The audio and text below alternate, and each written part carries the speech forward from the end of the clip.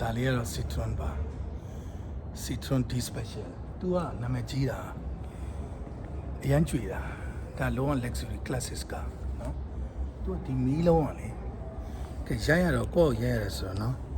စိတ်မရှိပါနဲ့ကြည်ရခံမယ်ဒီမီးလုံးကလေဒီမှာကြည့်အမွေလေးဆရာရင်ဘယ်ဘက်ချိုးလဲချိုးတဲ့ဘက်ကိုလိုက်ကွေတယ်ဟိုဘက်ညာချိုးရင်ဒီဘက်အသေး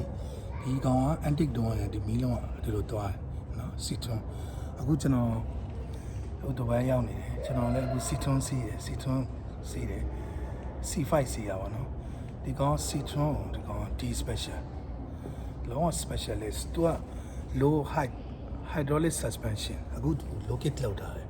သူက hydraulic suspension ပါဟိုမှာအောက်မှာကြည့်ဘင်းကထိုင်နေတယ်ဒီကောင်ကသူ့ရဲ့အားတာချက်ကသူကဒီလိုဘင်းတစ်လုံးပေါက်သွားပြီဆိုရင်သုံးလုံးနဲ့မောင်းလို့ရတယ်ဟိုနောက်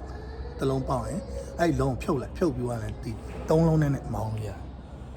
D Special ပါနော်ကားရဲ့အချိုးကြည့်သူအခုကလုံးဝဒါ locate လောက်တာလေ low height suspension ကိုအစောကြီးသူကတည်ထွင်ခဲ့တယ်အခု Porsche တို့ Land Cruiser တို့ကမှတော်တော်နောက်ကျတယ်နော်ဒီ Citroen ကကြည့်ပါနော်ဒါလုံးဝ low suspension သူ့မှာ driver ကန်းထဲမှာ gear လမ်းပေးမှာတော့ခလုတ်ပါတယ်အဲခလုတ်နှိပ်လိုက်တာလေဒီကားကြီးက automatic suspension အပေါ်တက်လာမှာ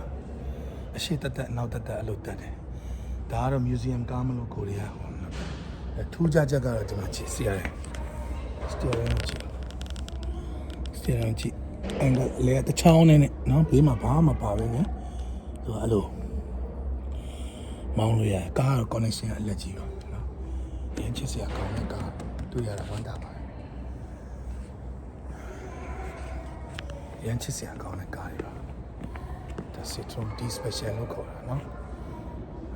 အမတ်တရားပြတာပါကြွားတာမဟုတ်ပါဘူးเนาะဒါတွေကတွေ့ရခဲ့လို့ကျွန်တော်တို့ကပြန်မှန်းခံပြီးတော့เนาะစားပါစမှာအားတွေ6နေစောင်းရတယ်ပြန်မှန်းခံပြီးဗီဒီယိုထုတ်ရိုက်တာဗျာဒီလားဒီတိုင်းကြည့်လို့တော့မဟုတ်အောင်မိတ်ဆွေတို့နောင်လာမဲ့လူငယ်တွေပဲဖြစ်ကိုယ်ခင်တဲ့မိတ်ဆွေတွေပဲဖြစ်ကြည့်လို့ရအောင်အသိပညာဘာပဲဖြစ် share ပေးတာသိရင်လည်းနောက်ထပ်အမှတ်တရလေးတွေဖြစ်သွားအောင်ဗျာကိုချစ်တဲ့ကိုမိတ်ဆွေတွေကိုဒီလိုရောက်နေအောင်ကြည့်ပြီးတော့တချို့ကလည်းပြပေးပါဆိုလို့ကျွန်တော်ရောက်တဲ့ချိန်တကူကတော့ပြပေးတာဒါမျိုးနဲ့အရန်ဝေးတဲ့ area တခုပါကိုမောင်းပြီးတော့တကူကလာကြည့်ပြီးတော့ပျော်နေရတဲ့ဘဝလေးပါကြည့်ပါဦးနော်ဒါတော့အခုပြောလိုက်တဲ့ဗီဒီယိုလေးကတော့ Citroen D5 အတွက်ပါဝါဂွန်နာဆိုတာရှိပါသေးတယ်နော်ဝါဂွန်နာကြီးကလည်းအလန်းကြီးပဲဗျာအလန်းကြီးပြောမယ်ဆိုတော့အကုန်ပဲပြောလို့ဒါပါပဲ